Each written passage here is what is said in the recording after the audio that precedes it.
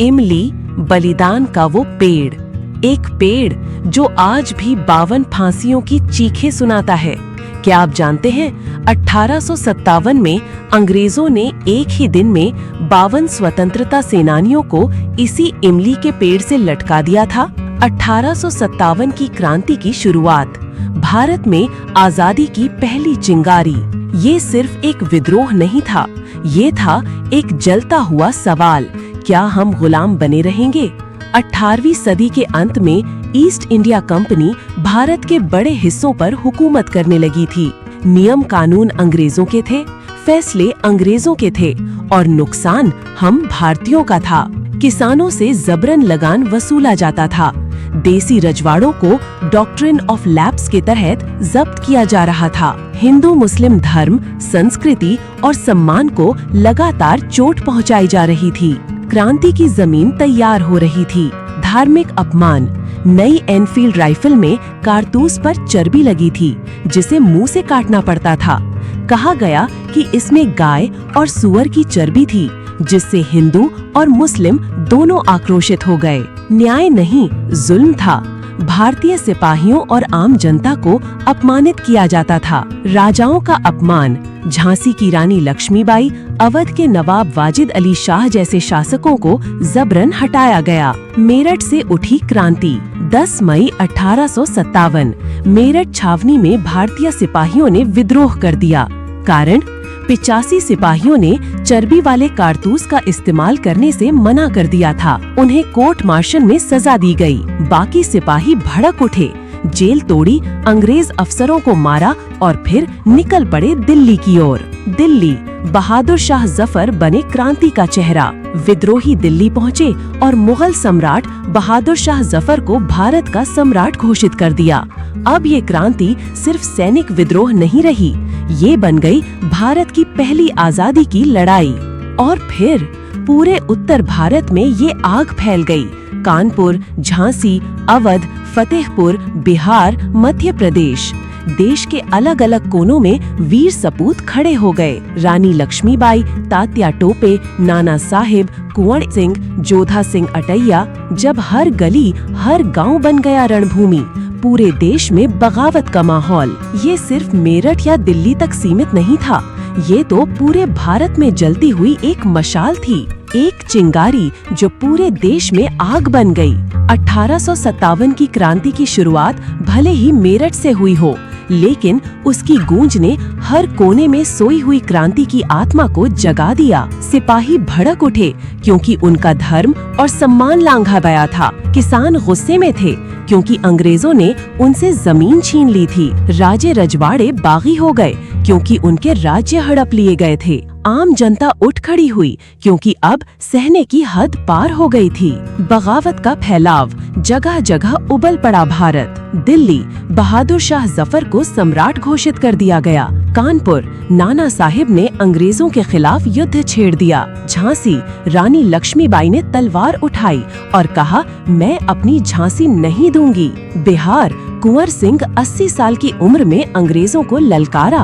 अवध, लखनऊ, बेगम हजरत महल ने मोर्चा संभाला। बुंदेलखंड और फतेहपुर, जोधा सिंह अटैया ने गुरिल्ला युद्ध से अंग्रेजों को हिला दिया। हर जगह आग, विरोध, विद्रोह और बलिदान की एक लहर दौड़ रही थी। बोलियां नहीं, गोलियां चल रही थीं। गांव के नौजवान अब हथियार बन चुके थे।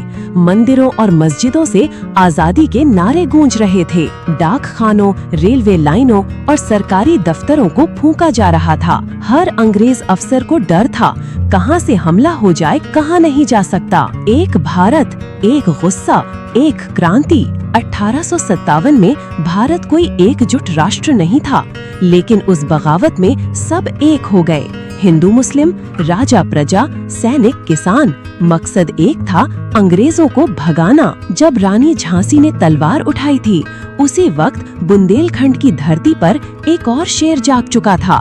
उसका नाम था जोधा सिंह अटैया। बुंदेलखंड की वीर भूमि और फतेहपुर की आग। 1857 की बगावत जब देश भर में फैल रही थी, तब बुंदेलखंड और फतेहपुर जैसे इलाके जो रणनीतिक रूप से बेहद जरूरी थे, वहां भी आजादी की हवा तेज हो गई थी और इसी हवा में तेज तूफान बनकर उभरे जोधा सिंह अटैया, एक ऐसे योद्धा जिनका नाम इतिहास की किताबों में तो नहीं है, लेकिन जिनके बलिदान की छाप आज भी बावनी इमली पर झूलती है। जोधा सिंह कौन थे? स्थान उत्तर प्रदेश का फतेहपुर इलाका। पेशा पहले एक जमींदार, बाद में अंग्रेजों के खिलाफ विद्रोही। स्वभाव साहसी, रणनीतिकार और जनता का नायक। जब 1857 की क्रांति की चिंगारी फतेहपुर तक पहुंची, तब जोधा सिंह ने गांव-गांव घूमकर नौजवानों को संगठित किया। उनके नेतृत्व में बना एक सशक्त गुरिल्ला फौज जो अंग्रेजों की नींद उड़ाने लगी। जोधा सिंह ने अंग्रेजों से सीधी लड़ाई के बजाय अपनाया गुरिल्ला युद्ध, जहां उनकी सेना झाड़ियों, पहाड़ियों, जंगलों से वार करती थी और फिर गायब हो जाती थी। अंग्रेजों की टुकड़ियां इन इलाकों से गुजरने में डरने लगीं। पुलिस चौकियां जलाई गईं, लगान जब्त किए गए, डाक खाने लूटे गए। ये सब जोधा सिंह अटैया के नाम पर। अटैया की लोकप्रियता इतनी बढ़ गई कि अंग्रेजी हुकूमत उनसे डरने लगी। ब्रिटिश अफसरों की बैठकें सिर्फ इस बात पर होती थीं कि जोधा सिंह को कैसे पकड़ा जाए, और अंततः अंग्रेजों ने चालाकी से उन्हें एक रात गिरफ्तार कर लिया। उनके साथ पकड़े गए थे 52 क्रांतिकारी वीर जो उनके साथी थे। और फिर आया वो काला दिन। 28 अप्रैल 1858 फतेहपुर की धरती पर मौजूद बावनी इमली के पेड़ से अंग्रेजों ने एक ही दिन में 52 वीरों को फांसी पर लटका दिया। जोधा सिंह अटैया उन्हीं में से एक थे। ये फांसी सिर्फ मौत नहीं थी, ये एक संदेश था। अगर आजादी मांगो तो यही अंजाम होगा। इतिहासकारों ने शायद उनका नाम नहीं लिखा, किंतु बावनी इमली का पेड़ आज भी उनका गवाह है। वो कहते हैं ना, जो नाम इतिहास में नहीं छपते वो दिलों में क्रांति की लौ बनकर जलते हैं। कभी कभी इतिहास में वो नाम गूंजते हैं जो किताबों में नहीं मिलते, लेकिन जमीन उन्हें भगवान मानती है। जोधा सिंह अटैया फतेहपुर जिले के एक जमींदार थे, पर वो सिर्फ जमीन के मालिक नहीं थे। वो अपनी मिट्टी से, अपनी जनता से और अपनी आजादी से प्रेम करने वाले सपूत थे। 1857 की क्रांति की आग जब फतेहपुर तक पहुंची, तब उन्होंने ठान लिया, अब खामोश रहना गुनाह होगा। जब ब्रिटिश सिपाही गांव-गांव जोर जबरदस्ती कर रहे थे, तब जोधा सिंह ने खुलकर ललकारा, हम तुम्हारे कानून नहीं मानते, हमारी धरती, हमारी मर्जी। बिना किसी सरकारी सेना, बिना हथियारों की भरमार उन्होंने ग्रामीण नौजवानों को प्रेरित किया। उन्होंने ऐसे योद्धा तैयार किए जो दिन में किसान और रात में सेनानी थे। रणनीति जो अंग्रेजों के लिए सिरदर्द बन गई। जोधा सिंह सिर्फ ताकतवर नहीं थे, वो एक गहरी सोच वाले रणनीतिकार भी थे। उन्होंने युद्ध का सीधा सामना करने की बजाय अपनाया गुरिल्ला युद्ध, छापामार तकनीक, छोटे छोटे दल बनाकर अंग्रेजों के काफिलों पर अचानक हमले, जंगलों और पहाड़ियों से रहस्यमयी तरीके से हमला, ब्रिटिश खेमों, चौकियों और पोस्टों को तबाह करना, अंग्रेजों की डाक व्यवस्था और खजाने को लूट लेना। नतीजा, ब्रिटिश अफसरों की नींद उड़ गई। जनशक्ति से बना जन आंदोलन। जोधा सिंह ने फतेहपुर, बांदा और बुंदेलखंड के आसपास के गांवों को जोड़ा। हर गांव में एक छोटा समूह बनाया। इन समूहों में संदेशवाहक, हथियारों की जानकारी देने वाले और हमले की योजना बनाने वाले लोग शामिल थे। यानी एक छोटा लेकिन सटीक और असरदार क्रांतिकारी संगठन। वो अपने सिपाहियों को नाम से जानते थे। वो लड़ाई से पहले हिम्मत बढ़ाते थे। उन्होंने कहा था, अगर हम हार गए तो इतिहास हमें भूल जाएगा, लेकिन अगर जीत गए तो भारत जाग उठेगा। वीरता की वो मिसाल जो आज भी गूंजती है। जोधा सिंह ने न सिर्फ अंग्रेजों से लड़ा, बल्कि लोगों को लड़ना सिखाया। उनकी सबसे बड़ी जीत ये थी कि उन्होंने डर को हरा दिया था। अंग्रेजों की सेना बड़ी थी, लेकिन जोधा सिंह का हौसला उससे भी बड़ा।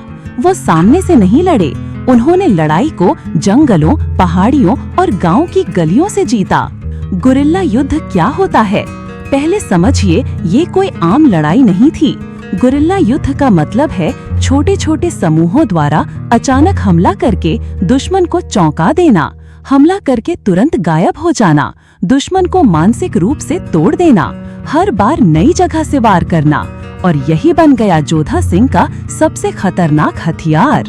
जंगल बना उनका किला, गांव बना मैदान। फतेहपुर और बुंदेलखंड के घने जंगलों में जोधा सिंह ने अपनी फौज को छिपाया। वहां से वो अंग्रेजी टुकड़ियों पर अचानक हमला करते, उनकी चौकियों पर धावा बोलते और फिर खेतों या पहाड़ियों में गायब हो जाते। सब कुछ होता था बिना किसी शोर, बिना किसी औपचारिकता के, बस युद्ध और आजादी की प्यास। जोधा सिंह अपने सिपाहियों को 2-2, 4-4 के समूहों में बांटते, हर समूह को अलग अलग रास्तों से भेजते ताकि अंग्रेजों को भ्रम हो जाए कि हमला कहां से होगा। वो अपने जासूसों के जरिए अंग्रेजों की चालों की जानकारी रखते थे। जब अंग्रेज हमला करने की सोचते, उससे पहले जोधा सिंह का वार पहुंच चुका होता। हथियार नहीं थे नए, लेकिन हौसला नया था। लकड़ी के भाले, देसी तलवारें, बंदूकें जो छीनी गई अंग्रेजों से, लेकिन सबसे बड़ा हथियार था जनता का समर्थन। गांव वाले खाना देते, रास्ते बताते और अंग्रेजों के हर हरकत की जानकारी लाकर देते। अंग्रेजों के लिए बना सिरदर्द। जोधा सिंह का ये गुरिल्ला युद्ध इतना असरदार था कि ब्रिटिश अफसरों ने उन्हें शैडो रेबेल कहना शुरू कर दिया था, क्योंकि उन्हें पकड़ना नामुमकिन हो गया था। कई बार अंग्रेजों की पूरी टुकड़ी बिना लड़ाई के पीछे हट गई, चौकियां खाली करनी पड़ी, प्रशासन हिल गया। तिवारीपुर की रात। जोधा सिंह ने रात के अंधेरे में 8 सिपाहियों के साथ अंग्रेजी कैंप पर हमला किया, हथियार लूटे और उनके खेमे में आग लगा दी। रातों रात पहाड़ी हमला। एक अंग्रेज टुकड़ी जो खजाना लेकर जा रही थी, जंगल में घेर कर लूट ली गई, बिना एक भी सिपाही खोए। क्रांति का तरीका बदल दिया। जहां अंग्रेज बड़ी बड़ी तोपों और किलों में भरोसा करते थे, वहीं जोधा सिंह ने दिखा दिया कि एक किसान का बेटा भी गुरिल्ला रणनीति से साम्राज्य हिला सकता है। एक क्रांति तब सशक्त होती है जब उसमें अकेला नहीं, पूरा जन समूह कूद पड़ता है।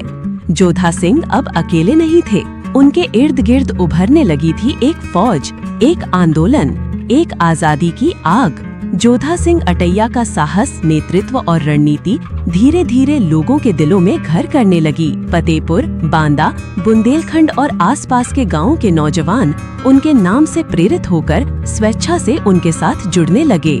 कोई सैनिक था, कोई किसान था, कोई चरवाहा था, लेकिन अब सब बन चुके थे क्रांतिकारी सेनानी। अंग्रेजों की ज्यादती से त्रस्त जनता, जिनकी जमीनें छिन गई थीं, जिनके भाई फांसी पर लटकाए गए थे, वो अब चुप नहीं रहना चाहते थे।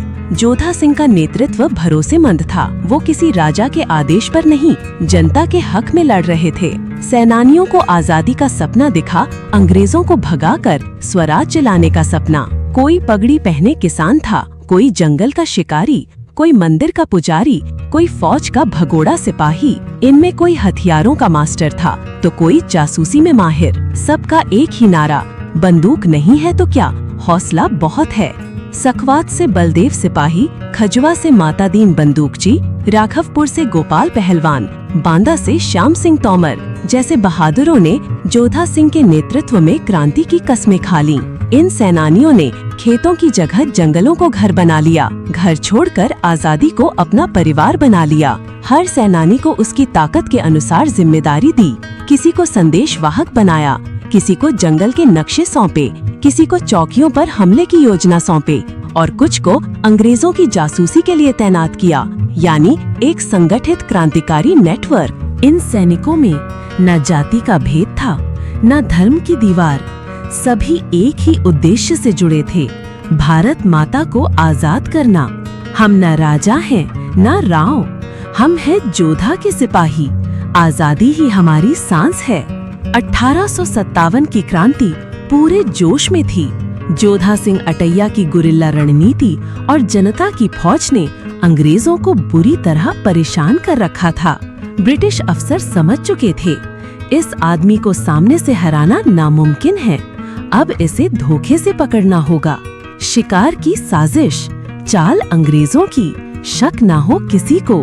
फतेहपुर और बांदा के बीच अंग्रेज अफसरों ने एक गुप्त योजना बनाई।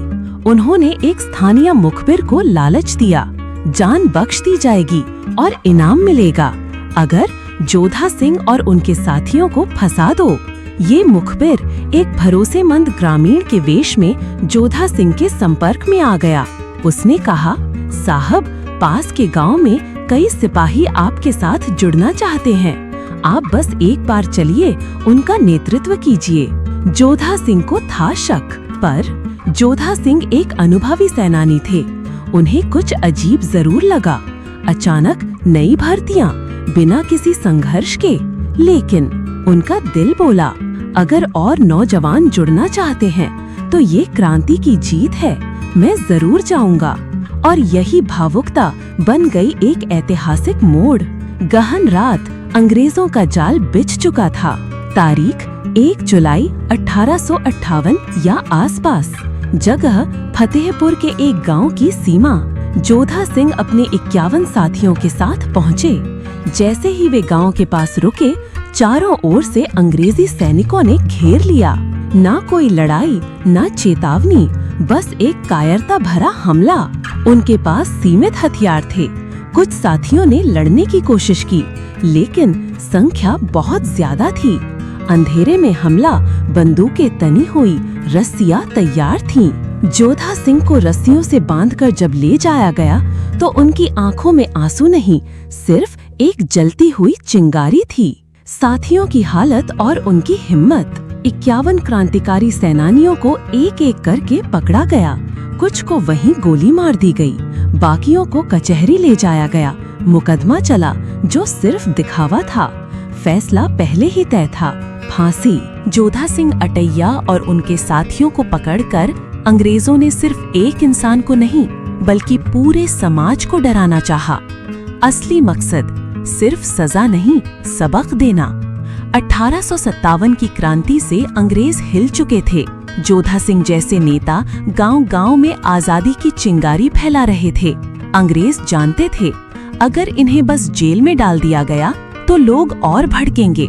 इसलिए अब उनकी योजना थी, सिर्फ मारना नहीं, ऐसे मारो कि देखने वाले कांप जाएं। डर की राजनीति। अंग्रेजों ने अपने अफसरों की एक बैठक बुलाई, जहां ये फैसला हुआ कि जोधा सिंह और उनके 51 साथियों को सबके सामने एक ही जगह, एक ही दिन, एक ही फांसी के पेड़ से फांसी दी जाएगी। लोगों को सिर्फ मौत नहीं दिखनी चाहिए, उन्हें अपनी हिम्मत मरती हुई दिखनी चाहिए। ब्रिटिश अधिकारी ने बोला, क्यों चुना गया बावनी इमली का मैदान? बावनी इमली फतेहपुर के पास का एक खुला इलाका। नाम वैसे तो पेड़ों से जुड़ा था, लेकिन अंग्रेजों ने उसे बना दिया भारत के सबसे भयानक फांसी घर में बदलने का स्थान। वहाँ सभी क्रांतिकारियों को एक एक कर बांधा गया। रस्सियां तैयार की गईं, हर पेड़ पर एक फांसी का फंदा लटकाया गया। और फिर जोधा सिंह के आखिरी शब्दों से कांप उठा मैदान। जब उन्हें फांसी पर चढ़ाया गया तो उन्होंने भीड़ की ओर देखा और कहा, हम मर रहे हैं ताकि तुम जी सको आजाद होकर। ये शब्द आज भी बावनी इमली की मिट्टी में गूंजते हैं। लेकिन तब भीड़ रो रही थी, कांप रही थी, क्योंकि जो देखा वो मौत नहीं, हिम्मत की बलि थी। एक पेड़ जिस पर कभी मीठे फल लगे होंगे, उस दिन बना दिया गया मौत का मंच, जहां 52 क्रांतिकारियों को एक साथ लटकाया गया। बावनी इमली अब सिर्फ गांव नहीं था, बल्कि बन चुका था एक फांसी घर। 1858 की गर्मियों में फतेहपुर जिले के इस शांत गांव में अचानक अंग्रेजों ने कुछ ऐसा किया जिसे सुनकर भी रूह कांप जाती है। सुबह से ही पूरे गांव को घेर लिया गया। लोगों को जबरन बुलाया गया, आओ देखो उन बागियों का अंत, ताकि बाकी कोई फिर बगावत की हिम्मत ना करे। एक ही पेड़, 52 फांसी के फंदे। वही इमली का पेड़ जिसकी छांव में कभी बच्चे खेलते थे, उसके हर डाल पर अब एक मौत का फंदा लटका हुआ था। कोई क्रांतिकारी रोया नहीं, क्योंकि वो जानते थे हम मरेंगे जरूर, लेकिन हमारी मौत एक बीज बन जाएगी आजादी के लिए। भीड़ में माताएं, बहनें, बच्चे और कांपता आसमान। जब पहला फंदा कसा गया तो सन्नाटा छा गया, फिर दूसरा, फिर तीसरा, यहाँ तक कि 52 बार। वही इमली का पेड़ गवाह बना 52 बलिदानों का। हर झूला हुआ शरीर एक जिंदा सवाल था, क्या गुलामी से अच्छा मौत को गले लगाना? पेड़ की जड़ों में समा गया लहू। कहते हैं उस दिन की दोपहर इमली के नीचे की मिट्टी लाल हो गई थी और वो लाल रंग सिर्फ खून नहीं था, वो था संघर्ष का प्रतीक, बलिदान का प्रमाण, भारत माता की एक पुकार। आज भी जब हवाएं चलती हैं उस इमली के पास तो लोग कहते हैं, कुछ सुना तुमने? जैसे किसी ने कहा हो वंदे मातरम। क्योंकि वो पेड़ अब पेड़ नहीं रहा, वो बन गया है 52 शहीदों की आत्मा की छांव। शहीदों की लाशें झूलती रहीं, लेकिन गांव वालों को छूने तक की इजाजत नहीं थी। क्यों? क्योंकि अंग्रेज सिर्फ शरीर नहीं मार रहे थे, वो आत्मा को कुचलना चाहते थे। 1858 की वो दोपहर, जब बावनी इमली का पेड़ 52 क्रांतिकारियों के बलिदान से थर्रा उठा, तो उम्मीद थी कि कम से कम अब शवों को अंतिम सम्मान मिलेगा। लेकिन अंग्रेजों की क्रूरता यहीं नहीं रुकी। उन्होंने गांव वालों को सख्त चेतावनी दी, अगर किसी ने लाश को हाथ भी लगाया तो उसे देशद्रोही मानकर फांसी दी जाएगी। क्यों नहीं छूने दी गई शहीदों की लाशें? डर फैलाना था। अंग्रेज चाहते थे कि ये लाशें दिनों तक लटकी रहें, ताकि हर आने जाने वाला देखकर कांपे। ये बन गया था उनका साइकोलॉजिकल वॉरफेयर, अवमानना का संदेश। वो ये जताना चाहते थे कि बगावत करने वालों को मरने के बाद भी इज्जत नहीं मिलेगी, ताकि अगली पीढ़ी डर कर चुप रहे। गांव वालों का दर्द, चुपचाप बहती थी आंखें, लेकिन ज़बान बंद थी। माएं अपने बेटों को दूर से देख रही थीं, लेकिन पास नहीं जा सकती थीं। बहनें राखी लेकर खड़ी थीं, लेकिन कलाई तक पहुंच नहीं सकती थीं। गांव के बुजुर्गों के सामने लटक रहे थे उनके पोते, लेकिन क्रूर शासन के डर से कोई हाथ नहीं बढ़ा सका। शरीर हवा में लटक रहे थे और आत्माएं जमीन पर रो रही थीं। 1858 में जब जोधा सिंह अटैया और उनकी 51 साथियों को बावनी इमली के पेड़ से फांसी दी गई, तो वो बलिदान वहीं खत्म नहीं हुआ, क्योंकि उनके शव 1 दिन नहीं, 2 दिन नहीं, पूरे 37 दिनों तक पेड़ से झूलते रहे। ये सिर्फ लाशें नहीं थीं, ये एक संदेश था। अगर आजादी मांगी तो यही अंजाम होगा। अंग्रेज चाहते थे कि हर आने जाने वाला इन लाशों को देखे, कांपे और क्रांति का नाम तक लेने से डरे। कहाँ था ये भयावह दृश्य? बावनी इमली, फतेहपुर, उत्तर प्रदेश। एक शांत गांव जो उस समय हिंसा और दहशत का प्रतीक बन गया। पेड़ की हर डाल पर एक फांसी का फंदा और उस पर वीर क्रांतिकारी। हवा में झूलते, सूरज की धूप में सूखते, बारिश में गलते हुए 37 दिन तक वो लाशें जिंदा लोगों से ज्यादा बोल रही थीं। गांव वाले बस देख सकते थे, पास नहीं जा सकते थे। अंग्रेजों ने सख्त आदेश दिया था, कोई शव को छुएगा नहीं, जो छुएगा वो भी लटकाया जाएगा। खेतों में काम करते लोग जब भी उस रास्ते से गुजरते तो सिर झुका लेते, क्योंकि सामने अपने ही बेटों, भाइयों और दोस्तों की लाशें झूल रही थीं। इतिहास में दर्ज सबसे लंबा फांसी पर लटकाए गए शवों का समय। इतिहास में शायद ही कोई ऐसा उदाहरण हो जहां 52 लोगों के शव एक ही पेड़ पर इतने दिनों तक लटकाए गए हों। ये न सिर्फ अमानवीयता की पराकाष्ठा थी, बल्कि अंग्रेजों की मानसिक युद्ध नीति का सबसे घिनौना चेहरा था। लाशें सड़ती रहीं, पर साहस नहीं सड़ा। शरीर गलने लगे, बदबू गांव तक फैल गई। पक्षी नोचने लगे, लेकिन कोई कुछ नहीं कर सकता था। शरीर मिट रहे थे, पर विचार अमर हो रहे थे। 37 दिन तक लाशें लटकी रहीं। न किसी को छूने की इजाजत थी, न रोने की। पर जून की एक रात जब सब सोए थे, कुछ लोग चुपचाप शिवराजपुर घाट की ओर बढ़े। शिवराजपुर घाट, वो पवित्र जमीन जहां राख भी गर्व बन गई। बावनी इमली से करीब 20 किलोमीटर दूर शिवराजपुर घाट गंगा किनारे स्थित एक पवित्र स्थल है, जहां हिंदू परंपरा के अनुसार अंतिम संस्कार किया जाता है।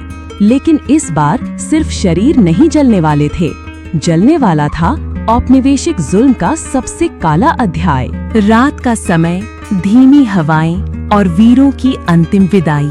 जून की एक अंधेरी रात, जब अंग्रेजी पहरे कम थे और सड़कों पर सन्नाटा था, तब कुछ साहसी गांव वाले, जिनमें महिलाएं, बुजुर्ग और कुछ जवान थे, धीरे धीरे 52 शहीदों के शव चुपचाप बावनी इमली से शिवराजपुर घाट लेकर निकले। कोई डोल नहीं बजे, कोई मंत्र नहीं पढ़े गए, कोई शोर नहीं, बस आंसू थे, राख थी और मौन की चीखें। हर शव की चिता के साथ उठती थी वंदे मातरम की लौ। जैसे जैसे शव गंगा किनारे रखे जाते, लोगों के चेहरों पर गर्व और गम साथ साथ बहते थे। हर चिता की आग में जलता था एक सवाल, क्या ये आजादी की कीमत थी? और हर राख से उठता था जवाब, हाँ, और हम इस कीमत को स्वीकार करते हैं। शिवराजपुर की सुबह, राख बिखरी थी पर हिम्मत सजी हुई थी। सुबह जब घाट पर आम लोग पहुँचे तो सिर्फ जली हुई लकड़ियों की ठंडी राख मिली, पर उस राख में घुला था 52 वीरों का बलिदान, 1857 की क्रांति की आग और अंग्रेजों के खिलाफ एक गुप्त लेकिन अमर संदेश। जब गांव वाले लौटे तो कोई हंसी नहीं थी, पर एक चुपचाप कसम थी। अब जब भी गंगा किनारे दीप जलाएंगे तो याद रखेंगे, हमने 52 दीप आजादी के नाम पर पहले ही जलाए हैं। रात अंधेरी थी पर दिल में उजाले थे। अंग्रेजों की फौज खड़ी थी सामने, पर महाराज सिंह खड़े थे हिम्मत से भी ऊंचे। ये वही रात थी जब अंग्रेजों ने जोधा सिंह अटैया और उनके क्रांतिकारी साथियों को धोखे से पकड़ लिया था। उनके साथ था एक और नाम, महाराज सिंह, एक ऐसा योद्धा जो आखिरी सांस तक लड़ने को तैयार था। कौन थे महाराज सिंह? एक स्थानीय क्रांतिकारी, जोधा सिंह के भरोसेमंद साथी, गुरिल्ला रणनीतियों में माहिर, जन जन में सम्मानित नाम। जाल में फंसने के बाद भी नहीं टूटी हिम्मत। जैसे ही अंग्रेजों ने क्रांतिकारियों को घेरा, कुछ भाग निकले, पर महाराज सिंह ने नहीं भागा। उन्होंने अपने लोगों को ढाल की तरह बचाया, खुद को गोलियों के सामने रखा और एक ही बात कही, मुझे पकड़ लो पर मेरे देश को मत बांध पाओगे। अंधेरे में साहस की चिंगारी। रात के अंधेरे में जब हर कोई डरकर छुप रहा था, महाराज सिंह ने वही किया जो एक सच्चा योद्धा करता है, डट कर सामना। न हथियार भारी थे, न शरीर मजबूत, पर इरादा था लोहा। उन्होंने अकेले 5-6 फिरंगी सिपाहियों को घायल कर दिया और तब तक लड़े जब तक उन्हें बेहोश करके जंजीरों में न बांध लिया गया। गांव वालों की आंखों में आंसू पर गर्व भी। जब महाराज सिंह को घसीटकर ले जाया जा रहा था, तब लोगों ने देखा, चेहरा घायल था, कपड़े फटे थे, लेकिन आंखों में शेर जैसी आग थी। उन्होंने हार मानी थी शरीर से, लेकिन दिल से नहीं। उनकी गिरफ्तारी भी एक प्रेरणा बन गई।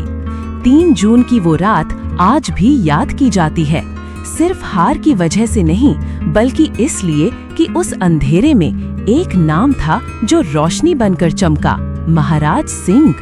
1858 में अंग्रेजों ने 52 क्रांतिकारियों को उसी पेड़ से फांसी पर लटकाया। वो मंजर बीत गया, अंग्रेज चले गए, पर वो पेड़ आज भी वहीं है, खड़ा है गवाही देने के लिए। बावनी इमली का पेड़ सिर्फ एक पेड़ नहीं, एक जिंदा दस्तावेज।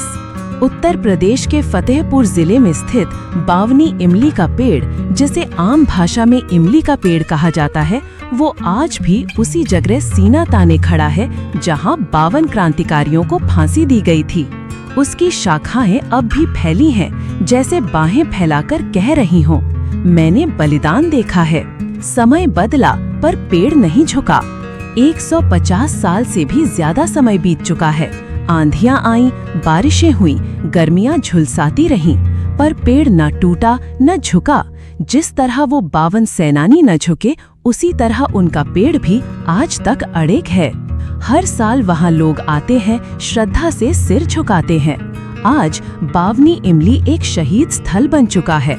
हर साल स्वतंत्रता दिवस, गणतंत्र दिवस और 3 जून को विशेष रूप से लोग वहां आते हैं, माथा टेकते हैं और पेड़ को छूते नहीं बल्कि उससे जुड़ जाते हैं। पेड़ के पत्तों में लहराता है राष्ट्रगान। जब हवा चलती है तो ऐसा लगता है जैसे पत्ते वंदे मातरम गा रहे हों। वो पेड़ अब सिर्फ लकड़ी नहीं, वो एक संवेदनशील स्मारक है। जिसमें 1857 की क्रांति की आत्मा बसती है।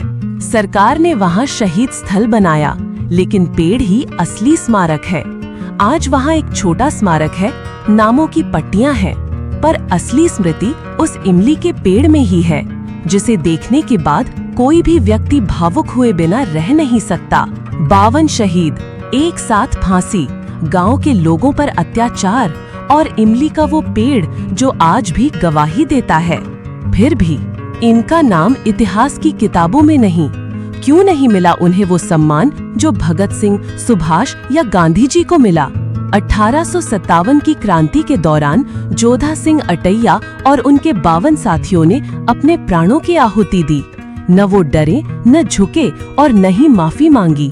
पर फिर भी आज के स्कूल कॉलेज की किताबों में ना उनका नाम है, ना उनकी तस्वीर। क्यों छूट गई ये पन्नों से जो मिट्टी में अमर है? क्या इसलिए कि वो गांव के थे, या इसलिए कि उनके पास कोई लेखक, अखबार या नेता नहीं था, या इसलिए कि अंग्रेजों ने उनका नाम इतिहास से मिटा देना ही अपनी जीत समझी? असल में इनकी कहानी तो मिटाने की कोशिश हुई, लेकिन मिट्टी ने उन्हें संभाल लिया।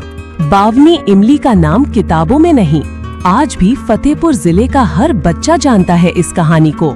आज भी गांव वाले पीढ़ी दर पीढ़ी सुनाते हैं। हमारे दादा ने बताया था, जिनकी लाशें 37 दिन लटकी थीं।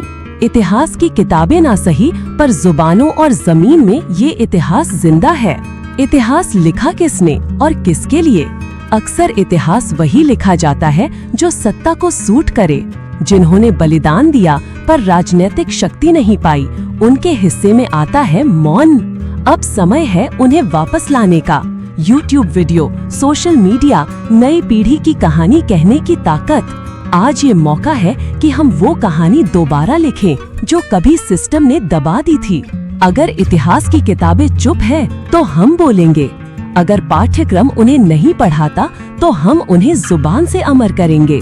जिस देश को अपने सच्चे नायकों का पता नहीं, वो अपनी पहचान भी खो देता है। आजादी सस्ती नहीं थी। आज हम आजाद हवा में सांस लेते हैं, स्कूल जाते हैं, मोबाइल चलाते हैं, वोट देते हैं। पर क्या हम जानते हैं इन सब के पीछे कितनी चिताएं जली थीं? 52 लोगों ने अपनी जान इसलिए दी ताकि आने वाली पीढ़ियां सिर उठाकर जी सकें। इतिहास की किताबों में जो नहीं पढ़ाया गया, वो सच आज गांव की मिट्टी में दबा है। अगर नई पीढ़ी इसे नहीं सुनेगी तो आने वाले कल में ये आवाजें हमेशा के लिए खामोश हो जाएंगी। हिम्मत क्या होती है? जोधा सिंह अटैया और उनके साथियों ने बिना किसी हथियार के सिर्फ अपने जज्बे से अंग्रेजी हुकूमत को हिला दिया था। आज के युवा को ये जानना जरूरी है कि साहस सिर्फ तलवार से नहीं, सच के साथ खड़े होने से होता है, ताकि वे पूछ सकें, क्यों नहीं पढ़ाया गया हमें ये? नई पीढ़ी जब सवाल पूछेगी तभी बदलाव आएगा। अगर हम चुप रहे तो ये इतिहास गुमनाम रह जाएगा, लेकिन अगर बोलना शुरू किया तो ये कहानी हर घर तक पहुंचेगी।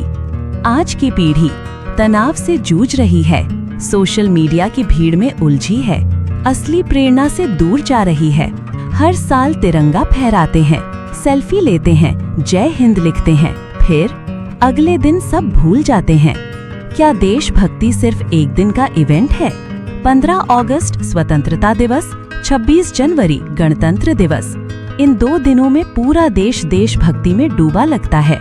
स्कूलों में भाषण, ऑफिसों में झंडा और सोशल मीडिया पर वंदे मातरम। लेकिन क्या ये भावना सिर्फ इन 2 तारीखों तक ही सीमित होनी चाहिए? असली देशभक्ति क्या है? देशभक्ति तिरंगा लगाने से नहीं, उसे ऊंचा रखने से साबित होती है।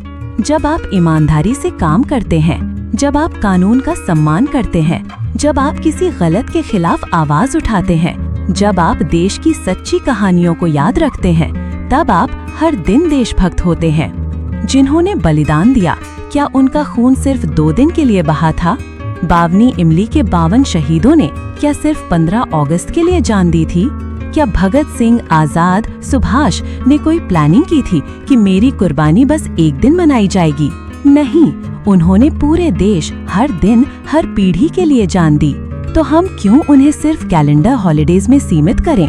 अब वक्त है सोच बदलने का। देशभक्ति अब इवेंट नहीं, हैबिट बननी चाहिए। हर रोज हर बात में देश पहले। चाहे ट्रैफिक नियम तोड़ना हो या स्कूल में ईमानदारी से पढ़ना, चाहे देश की समस्याओं पर बात हो या देश के अनसुने नायकों की कहानी बताना हो, हर छोटी चीज में देशभक्ति है। भारत को आजादी यूं ही नहीं मिली, हर इंच जमीन पर किसी ने जान दी थी। अगर ये कहानी आपको छू गई तो इस वीडियो को शेयर करें ताकि हर भारतीय को पता चले भारत की असली आजादी की कीमत क्या थी। अगर इस कहानी ने आपके दिल को छू लिया या इस कहानी से कुछ सीखा है तो लाइक जरूर करना, अपने दोस्तों के साथ शेयर करना और ऐसी ही अनसुनी कहानियों के लिए सब्सक्राइब करना मत भूलना, क्योंकि अगली कहानी और भी दिलचस्प होने वाली है।